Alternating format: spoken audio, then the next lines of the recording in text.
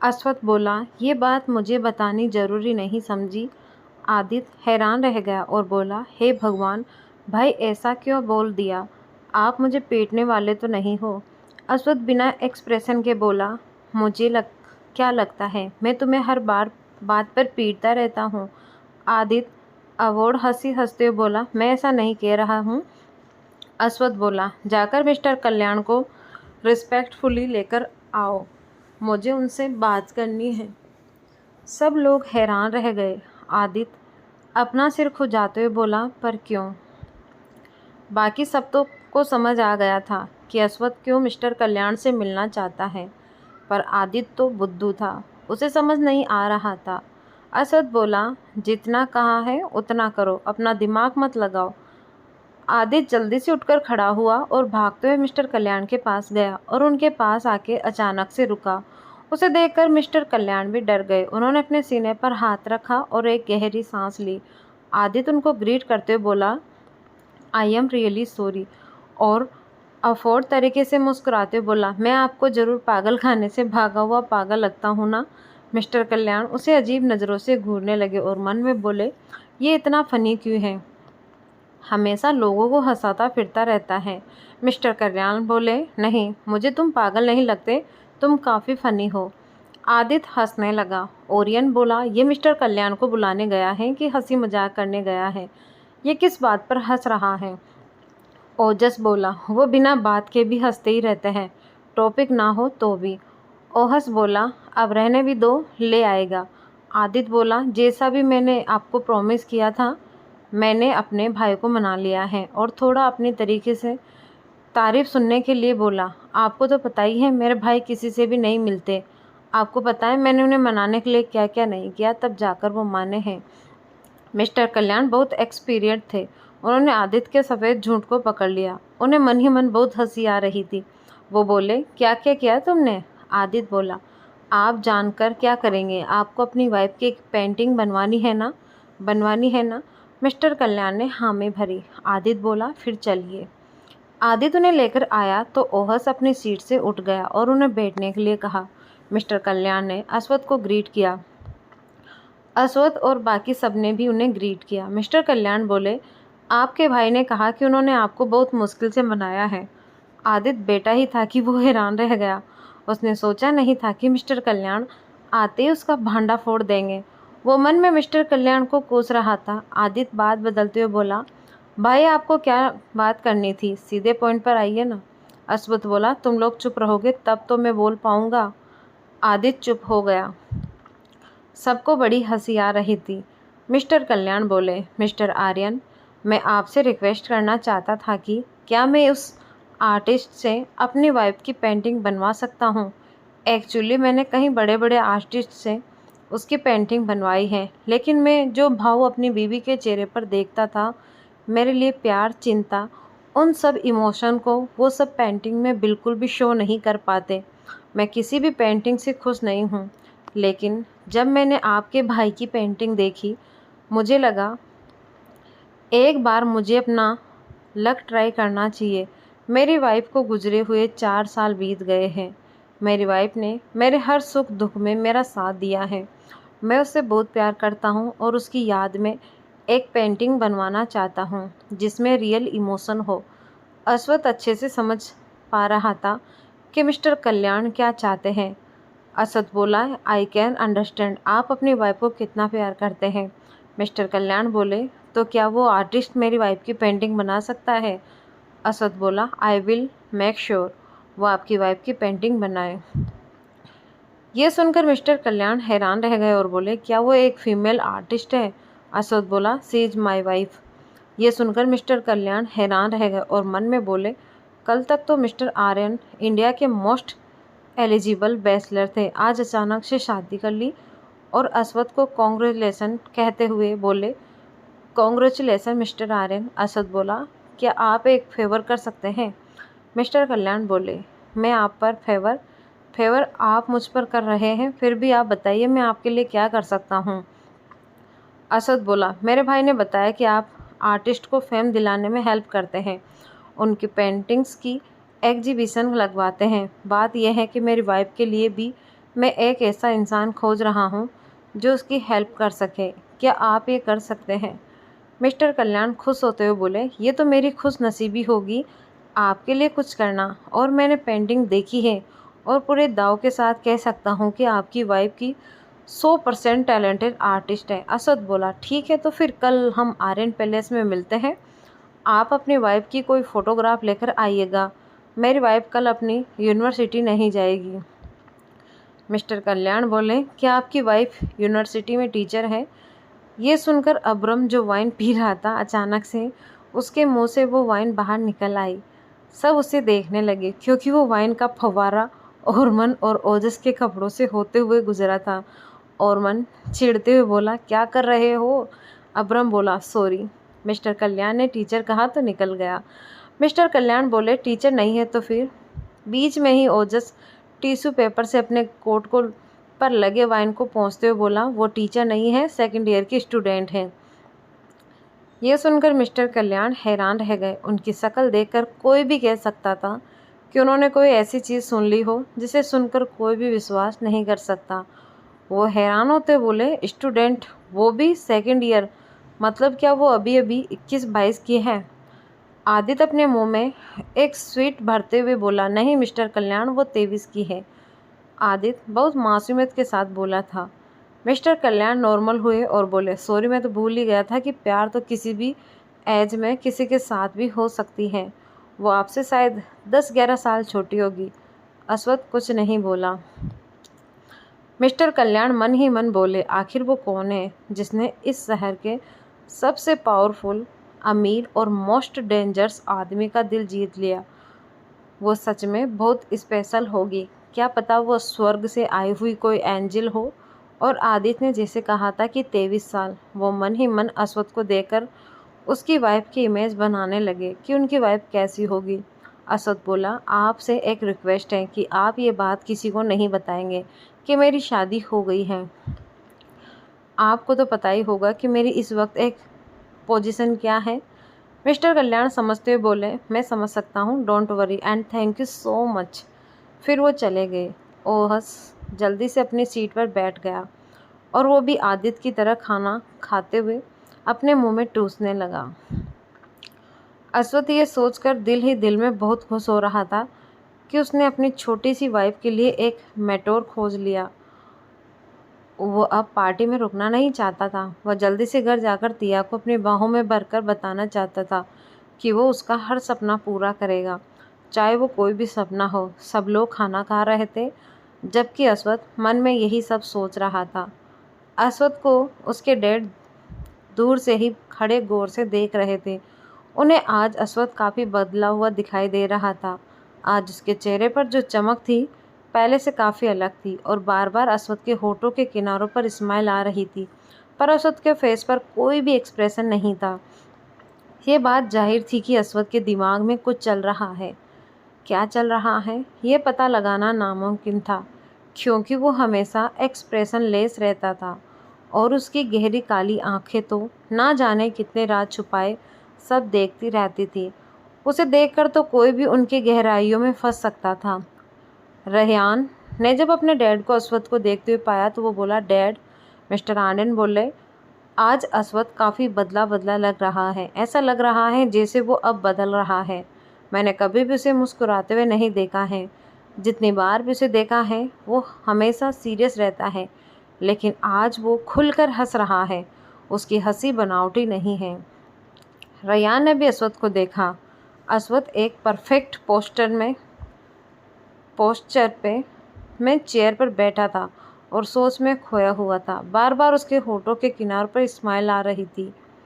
रेहान ये बात जुटला नहीं सकता था कि अश्वत्थ किसी तराशे हुए हीरे की तरह था, एकदम परफेक्ट। सर से पांव तक वो एकदम परफेक्ट था। उसकी स्लिम बॉडी काफ़ी अट्रैक्टिव थी। इनफैक्ट अश्वत्थ के पास तो खूबसूरत मर्दों की एक फ़ौज थी। कोई भी जुटला नहीं सकता था कि वो लोग किसी ग्रीक गॉड से कम नहीं दिखते हैं।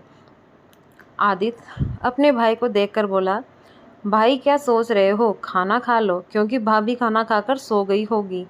अगर आप सोच रहे हो कि वो आपको आधी रात को खाना बनाकर खिलाएंगी तो ये गलत है। आपको ऐसा ख्याल छोड़ देना चाहिए। आखिर आप एक स्टूडेंट के साथ ऐसा नहीं कर सकते।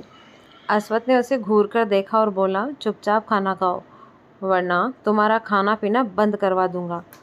आदित्य ने अजीब सा मुंह बनाया। वो काफ़ी फ़नी लग रहा था। ये देखकर रेहान खुद को मुस्कुराने से रोक नहीं पाया। हालांकि वो लोग काफ़ी दूर बैठे हुए थे और वो लोग क्या बातें कर रहे थे ये वो नहीं सुन पा रहा था। लेकिन आदित्य जो काफ़ी हंसमुख इंसान था, उसके फेस का एक्सप्रेशन देखकर तो कोई भी खिलखिलाकर हंस सकता था। रेयान को कभी कभी बहुत बुरा लगता था कि वो लोग क्यों उन्हें अपनाना नहीं चाहते। वो भी उनके साथ हैप्पी फैमिली की तरह रहना चाहता था, पर उसे पता था कि उनकी फैमिली में उनके लिए कोई जगह नहीं है। रेयान बोला, आदित्य बहुत फ़नी है।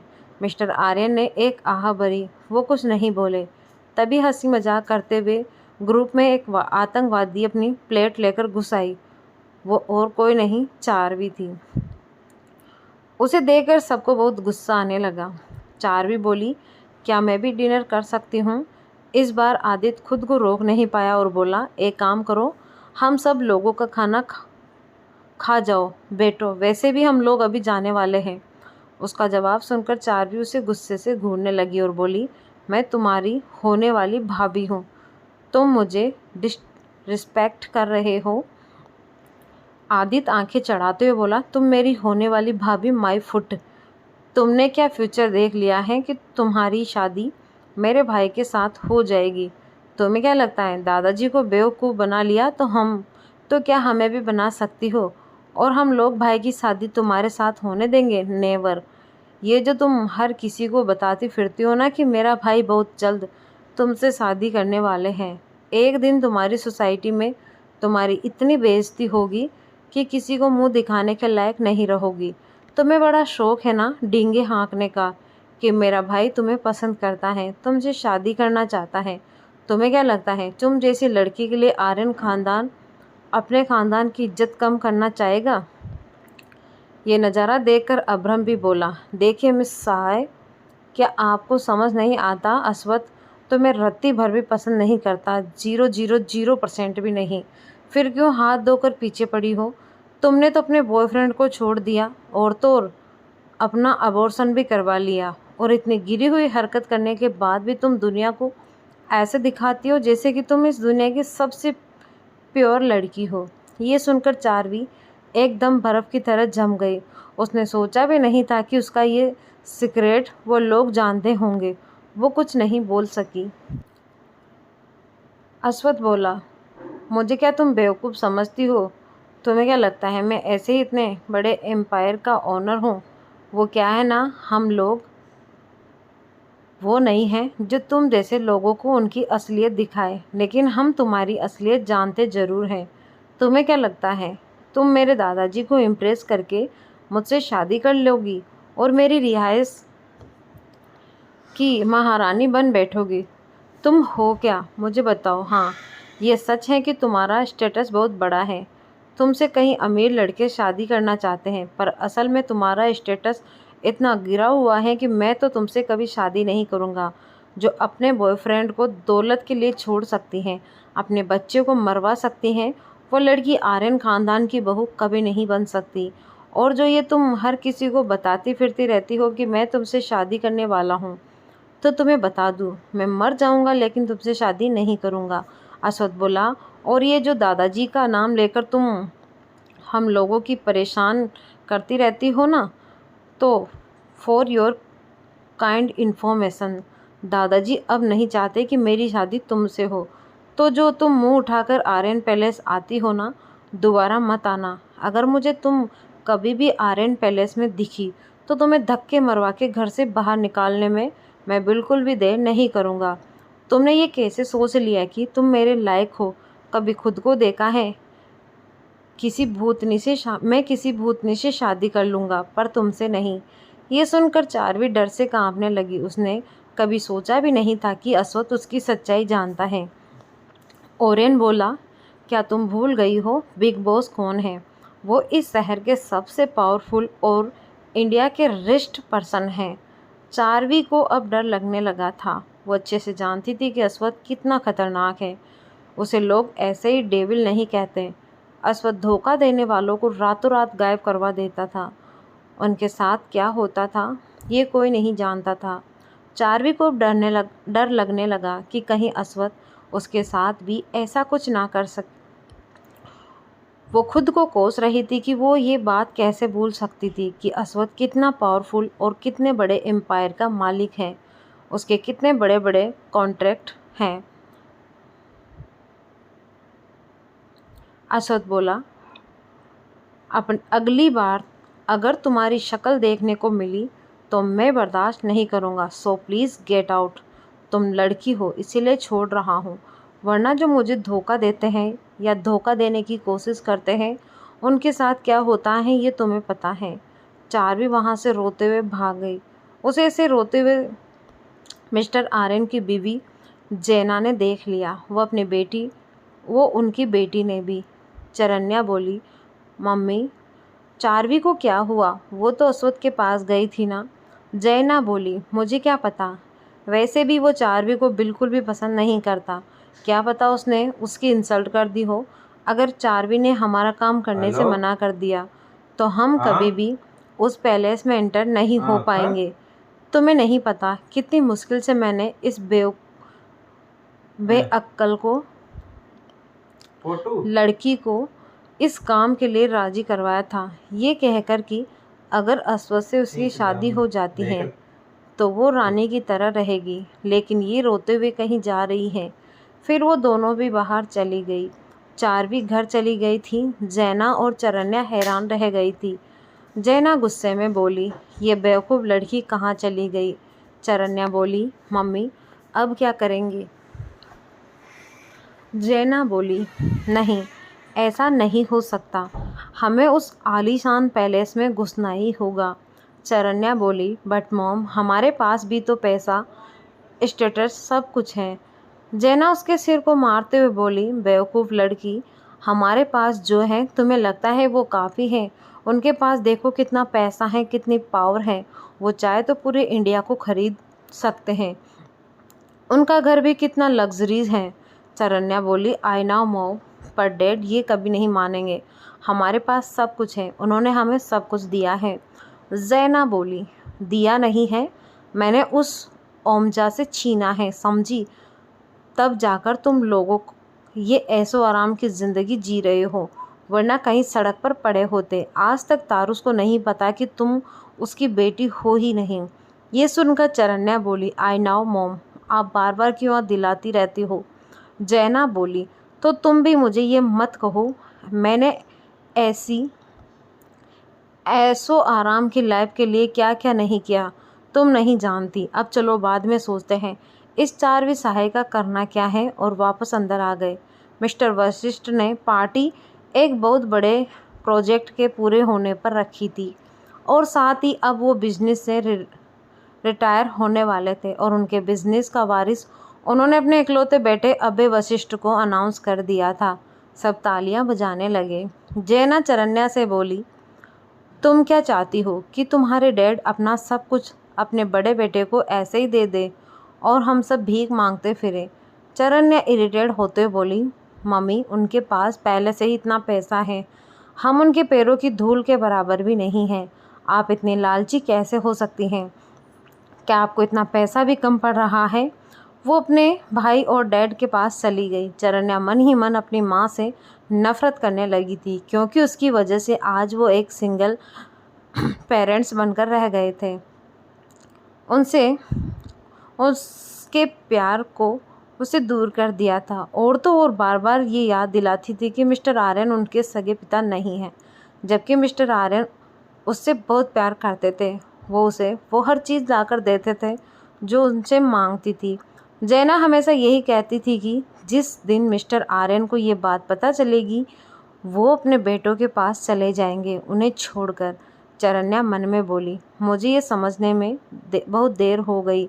आपकी वजह से मैंने अपना सब कुछ खो दिया और आज मेरी किस्मत इतनी ख़राब है। आपकी वजह से मुझे लोगों के ताने सुनने पड़ते हैं, लेकिन आप बस पैसा पैसा करती हैं। क्या अपनी कब्र में भी पैसा लेकर जाएंगी? ये तो सच था कि चरन्या अपनी माँ से बहुत नफरत करती थी, पर वो दिखाती नहीं थी, वरना उसका गुस्सा देखकर तो जैना मर ही जाती।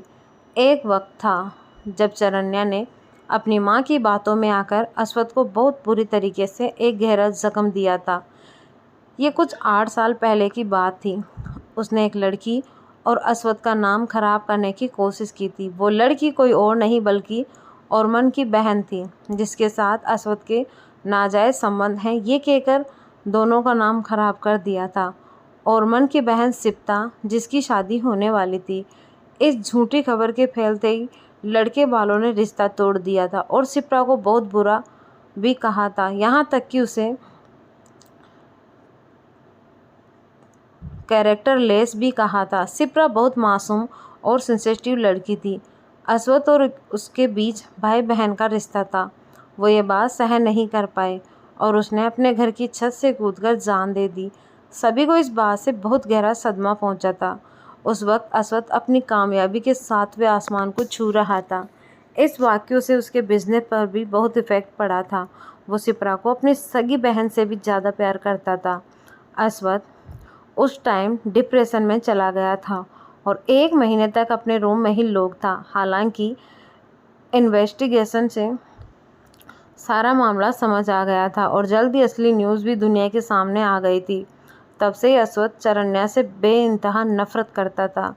यही नहीं, आर्यन फैमिली के सब लोग उन सब से बेइंतहा नफ़रत करते थे। आखिर उन्होंने एक मासूम लड़की की जान ली थी जो उनकी बहन थी। ये बात सबको पता थी ये सब चरन्या ने किया है, लेकिन दुनिया के सामने इस बात को छुपाया गया था। दादाजी इतने भी पत्थर दिल नहीं थे कि वो उन लोगों के साथ भी वैसा ही करते जैसे वो किसी और के साथ करते। अगर कोई अस्वद को दुख देता, अस्वद को रिकवर होने में बहुत टाइम लगता था। चरन्या को बहुत बाद में अपनी गलती का एहसास हुआ था। तब तक बहुत देर हो चुकी थी। हालांकि पहले आर्यन फैमिली चरन्या और रियान से नफ़रत नहीं करती थी, पर उस एक्सीडेंट के बाद उनसे भी नफ़रत होने लगी थी। और अब तो ऐसा हो गया था कि अगर वो लोग उनके सामने अपनी जान भी दे दे तो उन्हें कोई फ़र्क नहीं पड़ने वाला था।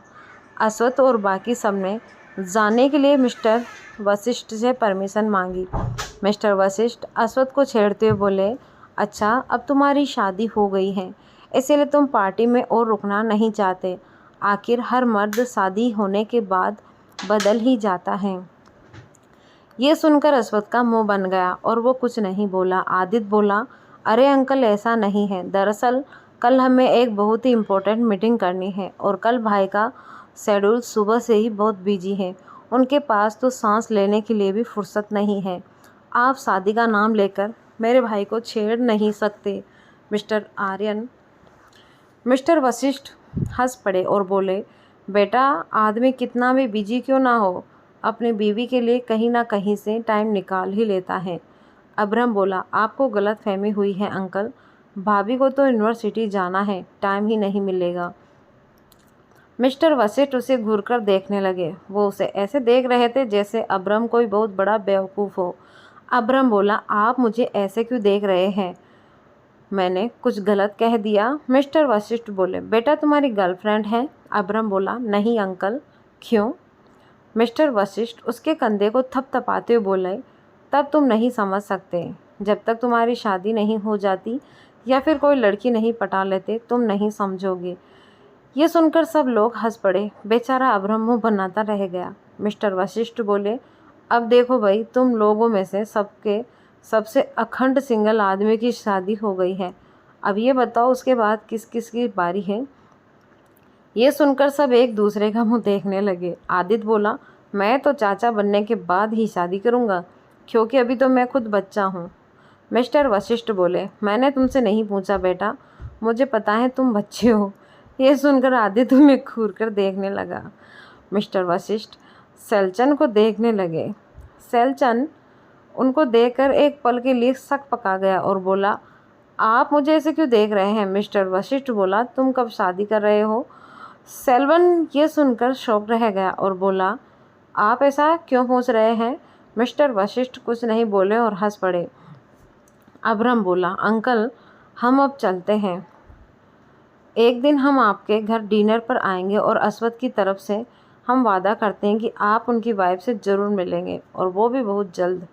अस्वद उसे घूर कर देखने लगा। अबरम धीरे से बोला, देख यार, तुम्हारी शादी हो गई है, फिर भी तुम्हारी इतनी खिंचाई हो रही है। हम लोग तो सिंगल लोग हैं, तुमसे ज़्यादा हमारी बेइज्जती हो रही है। तुम क्या यही चाहते हो? मिस्टर वशिष्ठ घुमा फिराकर हमारी बेइज्जती ही कर रहे हैं। अस्वद बोला, हाँ। फिर वो लोग जाने लगे। अस्वद ने अपना फ़ोन निकाला और ऑन करके टाइम देखने लगा। हालांकि उसने रिस्ट वॉच भी पहन रखी थी, लेकिन उसने फ़ोन में ही टाइम देख लिया और कुछ सोचते हुए कॉन्टैक्ट लिस्ट को देखने लगा। उसमें तिया का नंबर लिटिल वाइफ के नाम से सेव कर रखा था। अगर ये उसके दोस्त और उसका भाई देख लेते तो वो लोग यकीन नहीं कर पाते कि अस्वद कब से इतना रोमांटिक हो गया था। अस्वद अपने फ़ोन की स्क्रीन को देखते हुए चल रहा था और बाकी लोग एक दूसरे के साथ बातें करते हुए। आदित्य ने ओरियन का हाथ पकड़ रखा था। ओरियन बार बार उसका हाथ झटक रहा था। आदित्य बोला, तुम मेरा बार बार हाथ क्यों झटक रहे हो? तुम्हारा हाथ ही तो पकड़ रहा हूँ। ओरियन बोला, हम लोग लड़की नहीं हैं, लड़के हैं। अगर तुम ऐसा करोगे तो हम लोगों को गलत समझेंगे। आदित्य उसे लिपट गया। ये देखकर ओरियन ने अपना सिर पीट लिया। ओरम और मिराज कल के शेड्यूल के बारे में डिस्कस कर रहे थे। आखिर क्या है जैना की साजिश? क्या आर्यन परिवार बच पाएगा जैना के इस खतरनाक खेल से?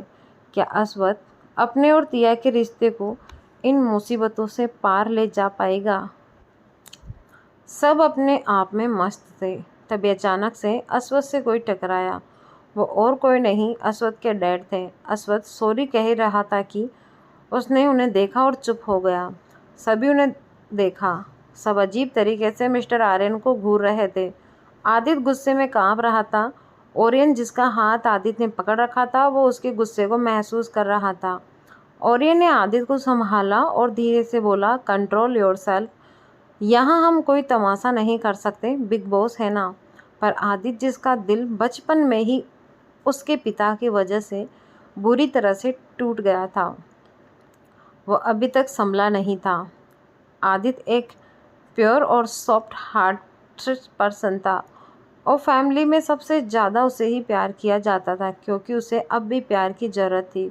भले ही वो एक काबिल वॉइस प्रेसिडेंट था, पर उसका दिल बहुत सॉफ्ट था और मिस्टर आर्यन उसके दिल में कांटे की तरह थे। जब भी वो उनके सामने आते थे, उन्हें मिस्टर आर्यन के दिए वो कभी नहीं भूल सकता था। वो कभी नहीं भूलने वाले जख्म याद आ जाते थे। उसकी माँ की मौत के जिम्मेदार उनके पिता थे। उनके पिता ने पूरे परिवार को तकलीफ़ें और दर्द ही दिया था। आदित्य के कोमल मन पर इसका बहुत बुरा इम्पैक्ट पड़ा था, क्योंकि वो अपने पिता से बहुत प्यार करता था। पर मिस्टर आर्यन ने जो किया, उसके बाद उसका दिल टूट गया। उनकी वजह से वो बेघर हो गए थे। अस्वद के कंधों पर छोटी एज में ही बड़ी जिम्मेदारी का बोझ आ गिरा था। जब भी मिस्टर आर्यन को देखता, पैनिक हो जाता था। मिस्टर आर्यन को वो कांटे थे जिसे आदित्य के दिल से निकालना बहुत मुश्किल था। जब जब वो सामने आते, उसके दिल के घाव हरे हो जाते। अस्वद ने अपने फ़ोन को देखा और बोला, दादाजी हमारा वेट कर रहे हैं, चलो यहाँ खड़े क्यों हो? तो सब होश में आया और सब अस्वद के पीछे पीछे मिस्टर आर्यन को इग्नोर करते हुए चले गए। जैना जल्दी से मिस्टर आर्यन के पास आई और बोली, देखिए, बोला आपको इज्जत भी नहीं दे सकते। हमें पसंद नहीं करते तो ना करें, आपको तो रिस्पेक्ट दे सकते हैं ना, आखिर आप उनके पिता हैं। चरन्या मन में बोली, हो गॉड, मॉम क्या चाहती हैं कि वो अपनी बाहें फैलाकर बोले, डैड आपने जो भी किया सही किया, हे भगवान। और रेहान को देखने लगी। वो बहुत सैड लग रहा था। चरन्या बोली, आर यू ओके? रेयान ने एक गहरी सांस ली और बोला, मॉम आखिर चाहती क्या है? बार बार डैड को इतनी तकलीफ़ें क्यों देती हैं और डैड सहते क्यों रहते हैं? चरन्या कुछ नहीं बोली। वो अंदर ही अंदर बहुत दर्द महसूस कर पा रही थी। चरन्या को अचानक अनाउंसमेंट पार्क वाला किस्सा याद आया, जब वो उसके बेटे के साथ वहाँ गई थी। अस्वद और बाकी सब भी गए थे और एक लड़की भी साथ में थी, और वो अस्वद उस लड़की पर बहुत प्यार बरसा रहा था। वो सोचने लगी, वो लड़की हो कौन सकती है, क्योंकि अस्वद हमेशा से लड़कियों से दूर रहता है और ज़्यादा से ज़्यादा उसकी दोनों बहनें ये उसके करीब थी। वो मन में बोली, क्या वो लड़की उसकी गर्लफ्रेंड थी या फिर उसके किसी दोस्त की बहन? चरन्या अब जानती थी, अगर उसने अपनी माँ को ये बात बताई तो उसकी माँ फिर से कोई घटिया गेम प्लान करेगी, और वो अब ऐसा कुछ नहीं चाहती थी, क्योंकि 8 साल पहले के एक्सीडेंट से उसे अच्छा खासा सबक मिल गया था। दादाजी ने पर्सनली उसे एक अच्छा सबक सिखाया था, जिससे उसकी अक्ल ठिकाने आ गई थी। मिस्टर आर्यन ने एक लंबी गहरी सांस ली, फिर वो दूसरी तरफ चले गए। जेना ये देखकर हैरान थी, वरना मिस्टर आर्यन उसकी हर बात मानते थे, लेकिन कुछ दिनों से वो उनमें काफ़ी बदलाव देख पा रही थी। वो मन में बोली, आखिर हो क्या रहा है? तारुश ने मेरी बातों पर रिएक्ट नहीं किया। How is the possible? वो गुस्से में दांत पीसने लगी। ये उसके अहम के गाल पर एक जोर तमाचे की तरह था। इधर सब लोग कार में शांत बैठे थे। एक भयानक शांति पसरी हुई थी। आदित्य खुद को संभालने की पूरी कोशिश कर रहा था और अस्वथ अंदर ही अंदर अपने गुस्से को शांत कर रहा था। बाकी सभी खुद को नॉर्मल कर रहे थे। अभ्रम मन में बोला, भगवान पता नहीं आप चाहते क्या है? क्या आप इनको इतनी तकलीफ में देकर थक नहीं गए हैं, जो और जख्म दिए जा रहे हो? हम सब फील कर सकते हैं कि दोनों भाई कितनी तकलीफ में हैं। आप उनके साथ कुछ अच्छा कर ही नहीं रहे हो। आप मिस्टर आर्यन को टपका क्यों नहीं देते? सारी मुसीबतें ही ख़त्म। वो मन ही मन मिस्टर आर्यन, उसकी वाइफ, उसके बच्चों को 1000 गालियाँ दे रहा था, क्योंकि वो अस्वथ का बचपन का दोस्त था। हालांकि वो अस्वथ से 2 साल छोटा था, पर उसका बेस्ट फ्रेंड था। वो अस्वथ को तकलीफ में देख नहीं सकता था। वो हमेशा से यही दुआ करता था कि मिस्टर आर्यन हमेशा हमेशा के लिए इस दुनिया से चले जाए। अब्रम कभी नहीं चाहता था कि अस्वथ तकलीफ में रहे, लेकिन जब भी मिस्टर आर्यन का जिक्र होता या वो उनके सामने आ जाते तो अस्वथ बहुत तकलीफ में रहता था।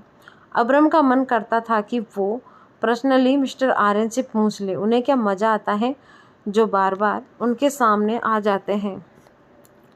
आखिर दादाजी ने उन्हें सारी दौलत तो दे दी थी ना, भले ही वो कैसे भी करके अपनी ज़िंदगी गुजार रहे थे, और आज जब वो रिच है तो क्यों बार बार सामने आकर उनको तकलीफ पहुंचाते हैं। उसका मन करता है कि सबको एक साथ किसी रॉकेट में बांधकर किसी दूसरे ग्रह पर पहुंचा दें। वो लोग आर्यन पैलेस पहुंचे। आदित्य काफ़ी हद तक खुद को संभाल चुका था। अस्वथ बाहर से बहुत शांत लग रहा था, पर अंदर से ही ठीक नहीं था। वो सीधे कार से निकलकर अंदर चला गया। बाकी सब भी उसके पीछे घर के अंदर चले गए। अस्वथ जब भी परेशान होता था तो वो टेरिस में चला जाता था, लेकिन आज उसे टेरिस पर भी शांति नहीं मिल पा रही थी। बहुत देर तक वहाँ रहने के बाद वो अपने रूम में आया। तिया, जो अस्वथ की पार्टी में जाने की खुशी में उसके पूरे बेड पे हाथ पैर फैलाकर सोई हुई थी, बहुत फनी लग रही थी। उसके चेहरे से साफ पता चल रहा था कि वो बहुत खुश है और गहरी नींद में है। अभी रात के 2 बज रहे थे। उसने देखा कि इतने बड़े किंग साइज बेड में उसकी क्यूट सी वाइफ अकेली ही सोई हुई है, और इधर 2-2 बड़े बड़े टॉयज़ को सुला रखा है। आजकल अचानक से उसे हंसी आ जाती है और उसके अंदर का गुस्सा भी शांत हो गया। वो मन में बोला, क्या इसे मेरे ना होने से बहुत खुशी होती है? और उसके पास गया। तिया के चेहरे पर उसके बाल बिखरे हुए थे। अस्वथ उन्हें हटाने लगा और तिया नींद में ही कसम कसाते हुए दूसरी तरफ करवट लेकर सो गई, और उसे बिस्तर पर एक और इंसान के सोने के लिए जगह बन गई। अस्वथ ने अपना लॉन्ग कोट और सूट निकाल कर रखा और अपनी टाई भी, और अपनी शर्ट के 2 बटन खोले और सेल्विस को भी फोल्ड कर दिया। सेल्विस को उसने पहले ही निकाल दिए थे। शूज़ तो उसने पहले ही निकाल दिए थे। फिर अस्वथ तिया के बगल में लेट गया। तभी तिया ने उसकी तरफ करवट ली और उसकी चेस्ट पर अपना सिर रख दिया और उसकी कमर को पकड़ते हुए वो नींद में बड़बड़ा रही थी। रोकी, पता है आज बहुत दिनों बाद मैं अकेले बेड पर सो रही हूँ, कितनी शांति है। और मुस्कुराने लगी। अस्वथ ने अपने साइड पर रखे टॉयज़ को देखा, जिसका नाम तिया ने रोकी रखा था। अस्वथ को एक बात अच्छे से पता चल गई थी कि तिया नींद में बड़बड़ाती रहती है। वो सोचने लगा कि इसका क्या मतलब है। मेरे ना होने से इसे अच्छी नींद आती है और मेरे रहने से क्या जागती रहती है, लेकिन ऐसा हुआ तो कभी नहीं। टिया फिर बोली, काश तुम बोल पाते। उनके रहते हुए बोल नहीं पाते। वो बस अपनी मनमानी करते हैं और मुझसे हर बात मनवाते हैं। मेरी जॉब छुड़वा दी, अब मैं कहाँ से उनका कर्ज चुकाऊंगी। मैं तो कंगाल हो गई और नींद में ही अश्वत्थ के पेट को पीटने लगी। अश्वत्थ ने अपनी आंखें बंद कर ली और उसका हाथ पकड़ लिया। टिया अब भी नींद में ही थी और वो रोकी का पेट समझकर अश्वत्थ को मार रही थी। अश्वत्थ मन में बोला, बेकार में ही इसे ट्रेडिंग करने को कहा, मुझे क्या पता था कि ये मुझे ही पीटने लग जाएगी। टिया फिर बोले, अरे वाह रोकी, तुमने मेरा हाथ पकड़ लिया और नींद में ही अश्वत्थ के सीने को किस कर लिया और अपना हाथ छुड़ाकर रोकी का सिर समझकर अश्वत्थ के गाल को थपथपाने लगी और बोली, तुम भी सो जाओ, सो जाओ। अश्वत्थ ये देखकर हैरान था कि वो अब भी उसे टॉय समझ रही थी। अश्वत्थ ने कुछ नहीं किया और अपनी आंखें बंद कर ली। सुबह के 5 बजे ना टिया उठी थी और ना ही अश्वत्थ। आज दोनों के दोनों सो रहे थे, पर खिड़की की तरफ से चिड़ियों की चहचहाट सुनाई दे रही थी। टिया अश्वत्थ के सीने में अपना सिर छुपाने लगी। अश्वत्थ भी उठने के मूड में बिल्कुल नहीं था। उसे भी नींद आ रही थी और उसने टिया को कसकर पकड़ रखा था। वो उसी के साथ दूसरी तरफ पलटा, जिसकी वजह से टिया को कुछ अजीब फील हुआ और वो अपनी आंखें खोलने पर मजबूर हो गई। आंखें खोलते ही उसे अपने हैंडसम पति का हैंडसम फेस दिखाई दिया। फिलहाल वो सपना समझकर आंख बंद करके सो गई, लेकिन अचानक से दोबारा आंख खोलकर देखा तो उसे अश्वत्थ दिखाई दिया। उसने अश्वत्थ की कमर पर जोर से चिटोटी काटी। अश्वत्थ चिल्लाते उठा और बोला, क्या कर रही हो? टिया बोली, सच में आप हो? आप कब आए? अश्वत्थ वापस बेड पर लेट गया और टिया को अपने ऊपर लिटाया। उसने टिया के सिर को केयरफुली अपने शोल्डर पर रखा। टिया बहुत कंफ्यूज थी कि अश्वत्थ क्या कर रहा है, पर उसने कुछ नहीं पूछा और चुपचाप लेट गई। अश्वत्थ बोला, 30 मिनट मेरे साथ सो जाओ। टिया उसे हैरान होकर देखने लगी। उसे समझ नहीं आ रहा था कि अश्वत्थ करना क्या चाहता है, पर उसने कुछ नहीं कहा। ये भी नहीं कहा कि उसे कॉलेज जाना है। वो बस अपने दिमाग में अलग अलग अंदाजे लगा रही थी और अपनी उंगलियों को गिन रही थी। अश्वत्थ सो चुका था, पर टिया की नींद उड़ गई थी। अश्वत्थ ने टिया की कमर को टाइटली पकड़ रखा था। टिया जब अपनी उंगलियों को गिनते गिनते बोर हो गई तो वो अश्वत्थ के चेहरे पर अपनी उंगलियां फिराने लगी। हालांकि उसे पता था ऐसा करना शेर की गुफा में घुसकर उसे जगाने जैसा था, पर उसे कुछ समझ नहीं आ रहा था। ऐसा कहा जा सकता था कि उसकी अक्ल घास चढ़ने गई थी। वो उसके चेहरे, उसके गर्दन, उसके सीने पर अपनी उंगलियां चलाने लगी। उसे बड़ा मजा आ रहा था। अश्वत्थ बेफिक्र होकर सो रहा था। ऐसा नहीं था कि उसे नहीं पता था कि टिया क्या कर रही है, पर उसे अच्छा लग रहा था। टिया अश्वत्थ के फेस को एक जोहरी की तरह ध्यान से देखने लगी, जैसे अश्वत्थ कोई हीरा हो। टिया अश्वत्थ को पहली बार इतने करीब से और ध्यान से देख रही थी। उसे फील हो रहा था कि अश्वत्थ एकदम परफेक्ट है। उसका फेस, उसकी पूरी बॉडी, सब परफेक्ट था। टिया उसकी बंद आंखों को, उसकी नाक को, उसके गालों को छू रही थी। उसने अश्वत्थ को पतले पतले गुलाबी होठों को देखा और उसे छूने ही वाली थी कि अश्वत्थ ने अपनी आंखें खोली और बोला, क्या करने की कोशिश कर रही हो? टिया के हाथ बर्फ की तरह झूम गए और वो डर भी गई और मन में भगवान को याद करने लगी। वो खुद को कोसते हुए बोली, मेरी अक्ल घास चरने गई थी जरूर। अभी सर बोलेंगे कि मैं उनके नींद में होने का फ़ायदा उठा रही थी। टिया अपना हाथ वापस खींच रही थी, लेकिन अश्वत्थ ने अपने हाथ से उसके हाथ को पकड़ लिया। टिया और ज़्यादा डर गई। वो अपनी सफाई में कुछ कहना चाहती थी, लेकिन जैसे ही उसने कुछ कहने के लिए मुंह खोला, उसके गले से आवाज़ नहीं निकली। उसकी हिम्मत ही नहीं हो रही थी कुछ कहने की। अश्वत्थ ने अपनी उंगलियों से टिया की उंगलियों को जकड़ लिया। ये देखकर टिया अपनी आंखें फाड़कर अश्वत्थ को देखने लगी। वो मन में सोचने लगी कि अश्वत्थ करना क्या चाहते हैं। वो कुछ बोल ही रही थी कि अचानक से अश्वत्थ ने रोल किया और टिया नीचे आ गई और अश्वत्थ उसके ऊपर। टिया उसे हैरान होकर देख रही थी। अश्वत्थ अपना मुंह उसके कान के पास ले जाकर बोला, क्या तुम मुझे किस करने का सोच रही थी? ये सुनकर टिया के गाल शर्म से गुलाबी हो गए। तिया अस्वद की गर्म सांसों को अपनी गर्दन पर महसूस कर पा रही थी।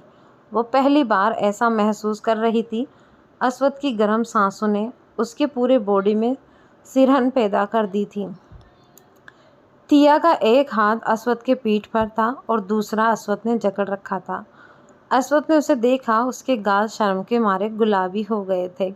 क्या अस्वद और आदित्य कभी अपने पिता को माफ़ कर पाएंगे? क्यों?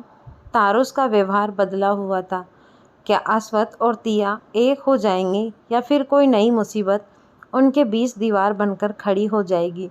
जानेंगे हम अगले भाग में। धन्यवाद। और दोस्तों, आपके कमेंट आ रहे थे कि आप वीडियो टाइम पर क्यों नहीं डालते हो स्टोरी की। तो देखिए, मैंने आपको बताया था कि मेरी थोड़ी तबीयत ख़राब है, आपको पता ही है, तो इस वजह से थोड़ा देखो ऊपर नीचे हो जाता है, बट मैं कोशिश करूँगी स्टोरी कंटिन्यू रहे। धन्यवाद।